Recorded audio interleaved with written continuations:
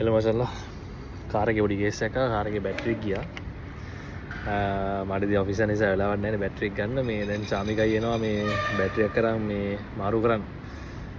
ඒ කියන මසන් ඒ කායක ගත්ත කාලේ නම් තිබ්බ බැටරිද කොහෙද? ඒක ලෙඩ් ඇසිඩ් බැටරි එකක්. ඉතින් දැන් තියෙන බැටරි වල එහෙම වතුර දාන්නේ නැහනේ. ෆුල් සීල් කරපු බැටරිස් වෙන්නේ. චාමිකයි කියලා කටගත්ත විතරයි මල්ලි ඕකේ යන්න පුළුවන්.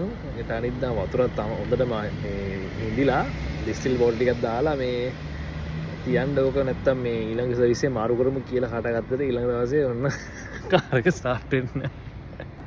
චාමිකයි නින්ද මොදයි ඉතින්. නැත්තම් මේ පහට වැඩි වෙරදී ඉතින් මට ඔන්ලයින් ඕඩර් එකක් දාලා සෙන්සුරාදාගේ තමයි ගන්න වෙන්නේ කියලා. ලොක් ඇවිලින්නේ බැටරිය මාරු ගන්න යන්නේ මෙදී නරුත් බැටරිය. මේ මේවා වතුර දාණය වෙන්නේ නැත්තේ ඒකද? දැන් මල්ලි මේක මේ ටෙක්නොලොජි එක දැන් නෑ මේක මේ දැන් සීල් බැටරි එන්නේ ඔක්කොම ජෙල් බැටරි මේක. ඒක බලන්න දැන් මේකේ අර මෙතන තියෙනවා නේද? ඔයාලට පේනවද මේ? ග්‍රීන් එකයි රෙඩ් එකයි වයිට් එකයි කියන්නේ මෙතන ඔයාලට බැලුවම පේනවා ඇතුළ. ඕකේ. මෙතන මේක ග්‍රීන් තියෙනවනේ බැටරි එක ඕකේ. රයිට්. රෙඩ් තියෙනවනේ රීප්ලේස් බැටරි ඒක වයිට් වෙලා තියෙනවනේ රීචාර්ජ්. ආ. ඔයාලට මෙහෙම බැලුවාට පස්සේ විෂුවලි බලන්න පුළුවන් බැටරි කන්ඩිෂන්. මේකෙන් බලන්න බෑනේ. මේක බෑ. මේක අර ඔරිජිනල් ආපු කියන්නේ අර ඉස්සර තමයි ඔය ඒ කියන්නේ මේ ටොයෝටා එකේ ආපු එක වෙන්න ඇති මේක මාරු කරලා නෑ. ඒ ටොයෝටා කියලා ගහලා තිබ්බ ඔය.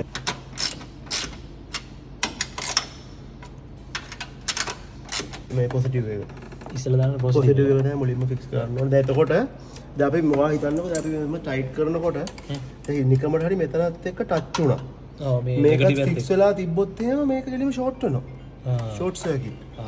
ඒකයි මේක පස්සේ දාන්න කියන්නේ. ගලවනකොට මේක මුලින් හයි කරනකොට මේක තමයි අන්තිමට හයි අන්තිමටම දාන්නේ. නෙගටිව් එක තමයි මුලින් පොසිටිව් එක මුලින්ම හයි කරන්නේ. ඇයි හොනද?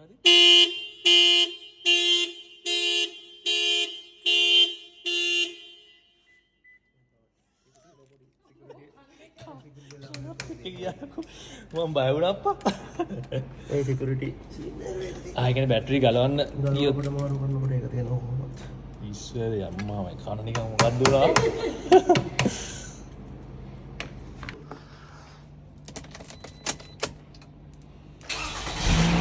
අම්මෝ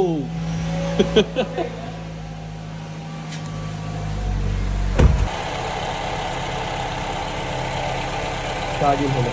හොඳයි සාමාන්‍ය කීයක් ස්ටාර්ට් එකේ දෙනකොට 13.5 between 14 වගේ යනවා කියන්නේ බැටරි එක normally voltage එක 12 volts නේ.